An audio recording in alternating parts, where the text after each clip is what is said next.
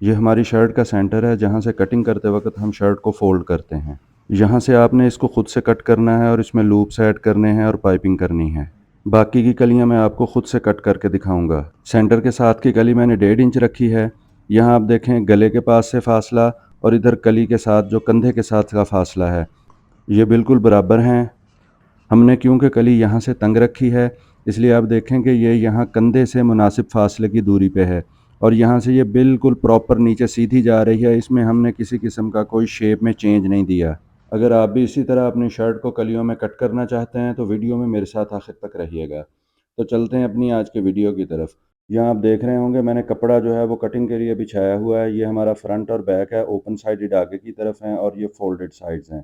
ये फ्रंट है और ये बैक है। अब हमने इसको कट करना है इस तरह कि हम जो फ्रंट है उसमें हम 6 कलियां देंगे और जो बैक है उसमें 5 कलियां देंगे। मैंने गले की तरफ से लेंथ की लाइन ड्रॉ कर ली है। इसी लाइन के ऊपर से हमने शर्ट की लेंथ मेजर करनी है, तीरा भी लगाना है और कलियों की मेजरमेंट भी करनी है। सेंटर की 2 कलियां हमने ऊपर से 5 इंच चौड़ी रखनी है, जिसमें से 4 इंच गले का हक है। आपने ये याद रखना है कि कपड़ा हमारा फोल्डेड है। 4 इंच का मतलब 8 इंच है और 5 का मतलब है कि 10 इंच चौड़ी है। नीचे की तरफ से कपड़े का फुल घेर मेजर करेंगे। ये देखिए 21 है। इसको हमने 3 बराबर हिस्सों में डिवाइड कर लेना है, 7 और फिर 14। तो इस तरह हमारा जो कपड़ा है ये 3 बराबर हिस्सों में डिवाइड हो जाएगा। अब नीचे की तरफ से सेंटर की कलियों को मार्क करते हैं। 7 पे मार्क करूँगा। देन उसके बाद ये वाला जो 7 वाला मार्क है इसको हमने ऊपर जो 5 के ऊपर मार्क किया था इनको आपस में मिला देना है। स्केल की मदद से हम लाइन ड्रॉ करेंगे। लाइन ड्रॉ करके अब हमने कैंची की मदद से कट कर लेना है। तो इस तरह हमारा जो सेंटर का पैनल है वो 7 से सेपरेट हो जाएगा। और ये देखें कि हम फ्रंट और बैक दोनों को कट कर रहे हैं। तो इस तरह ये देखें हमने 2 पैनल अपने कट कर लिए हैं। ये वाले जो 2 पैनल हैं इनमें से हम जो ऊपर का पैनल है इसको सेंटर से जहाँ से फोल्ड किया हुआ है इसको वहाँ से हम कट करके 2 सेपरेट पैनल्स में डिवाइड कर लेंगे, लेकिन जो नीचे वाला सेंटर का पैनल है उसको हम कट नहीं करेंगे। अब सेंटर के साथ का पैनल 2.5 इंच चौड़ा रखना है। दोनों तरफ से आधा आधा इंच जो है ये सिलाई के हक में जाएगा, 1.5 इंच बचेगा। तो 2.5 इंच के ऊपर हमने ऊपर से निशान लगाना है और देन उसके बाद हम नीचे से देखेंगे कि इसको कितना चौड़ा रखना है। ऊपर से हमने 2.5 इंच के ऊपर मार्क कर लिया। नीचे से ये देखें हमने जो कटिंग की लाइन है उसके ऊपर रखा है 7 को और हम आगे इसके ऊपर मेजर कर रहे हैं। तो हम यहाँ 7 के ऊपर मार्क करते हैं। अब हमने आगे देखना है कि आगे की तरफ कितना बचता है। 7 के ऊपर मार्क करें तो सिलाई का हक कम है। एक दफ़ा फिर से चेक करें। ये देखें जब हम 7 के ऊपर यहाँ पहला मार्क करते हैं और देन इसको हम आगे की तरफ लेके जाएं तो आगे की तरफ यहाँ हमारे पास सिलाई का हक नहीं है। तो इसलिए हम इस वाले पैनल को 6.5 के ऊपर ले आएंगे और इस तरह हमने नीचे से 7 की बजाय 6.5 इंच के ऊपर मार्क किया है। अब हम आगे की तरफ देखेंगे कि हमारे पास सिलाई का हक बचता है। 6.5 के ऊपर रखें तो ये देखें सिलाई का हक हमारे पास एनफ बच रहा है। अब इस वाले पैनल को नीचे से हम 6.5 इंच पे और ऊपर से 2.5 इंच पे रख के कटिंग कर देंगे। तो उसके लिए पहले हमें मार्किंग करना होती है। मार्क किया, स्केल की मदद से लाइन ड्रॉ की, देन हम कैंची की मदद से इसको कट कर देंगे और इस तरह हमारी जो शर्ट है इसके 4 पैनल जो हैं वो कट गए हैं। जब भी हम पैनल कट करते हैं तो हमें दूसरा पैनल कट करने से पहले हमने सिलाई का हक जो है वो ऊपर चढ़ाना होता है।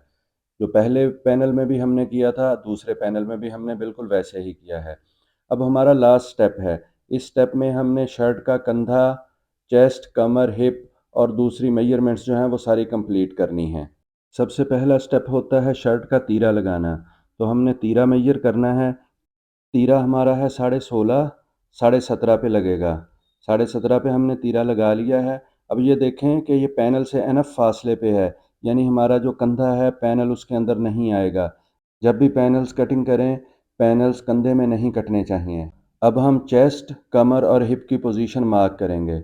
ये हमारी चेस्ट की पोजीशन आ गई। इसके बाद हम कमर की पोजीशन मार्क करेंगे। 17 के ऊपर हमारी कमर है। देन उसके बाद 23.5 के ऊपर हमारी हिप है। आपने पोजीशंस जो हैं वो अपनी मेजरमेंट्स के हिसाब से लगानी होती हैं। देन उसके बाद ये हमारी चेस्ट की मेजरमेंट आ गई। पहले हमने पोजीशन लगाई थी, अब हम मेजरमेंट लगाएंगे। 25 हमारी चेस्ट की मेजरमेंट है तो इसलिए हमने इसको 12.5 पे लगाया। कंधा हमारा 10 है, कंधे की मेजरमेंट के लिए एक तरफ से तीरे पे रखेंगे और दूसरी तरफ से चेस्ट की मेजरमेंट को इंटरसेक्ट करेंगे। कंधा हमेशा चेस्ट की मेजरमेंट को इंटरसेक्ट करता है। देन उसके बाद हमारी कमर की बारी आ गई। अब हमने कमर की मेजरमेंट लगानी है। पहले हमने पोजीशन लगाई थी, अब मेजरमेंट लगाएंगे।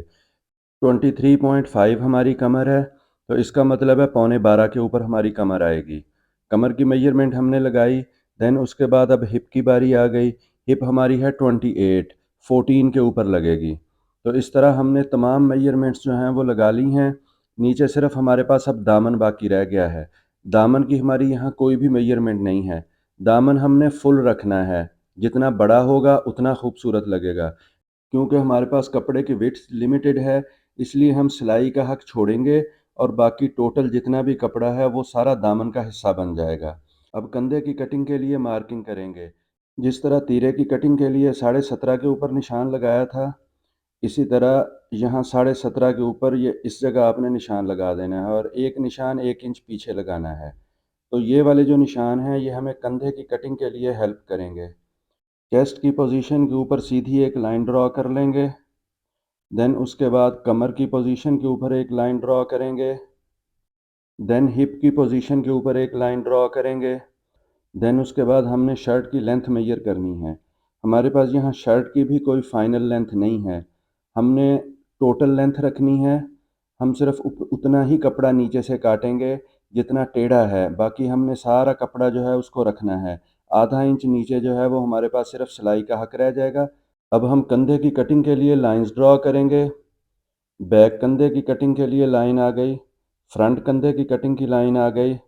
देन उसके बाद हमने शर्ट की शेप लगानी है, कमर से चेस्ट, देन हिप से कमर और आखिर में दामन से हिप लगाएंगे। स्केल उठा के मैं पीछे इसलिए रख रहा हूँ ताकि लाइन सीधी रहे। देन उसके बाद अब हमने कटिंग स्टार्ट करनी है। तो कटिंग स्टार्ट करने के लिए हमने जो बैक कंधा है पहले इसका हम एक हल्का सा मार्क लगा लेते हैं। कंधे की कटिंग कुछ ट्रिकी होती है। जो अहम चीज़ जिसका आपने ख्याल रखना है वो ये है कि चेस्ट से तीरे के दरमियान अगर गैप ज़्यादा होगा तो आप गुलाई उतनी ऊपर से शुरू करेंगे। तो अभी हम कटिंग स्टार्ट करते हैं। तीरे के ऊपर से आधा इंच सिलाई का हक दे के हम तीरे के निशान के ऊपर डिक्लाइन करेंगे। देन उसके बाद हमने बैक कंधे की कटिंग पहले करनी होती है। दोनों पल्ले फ्रंट और बैक के इकट्ठे काटेंगे।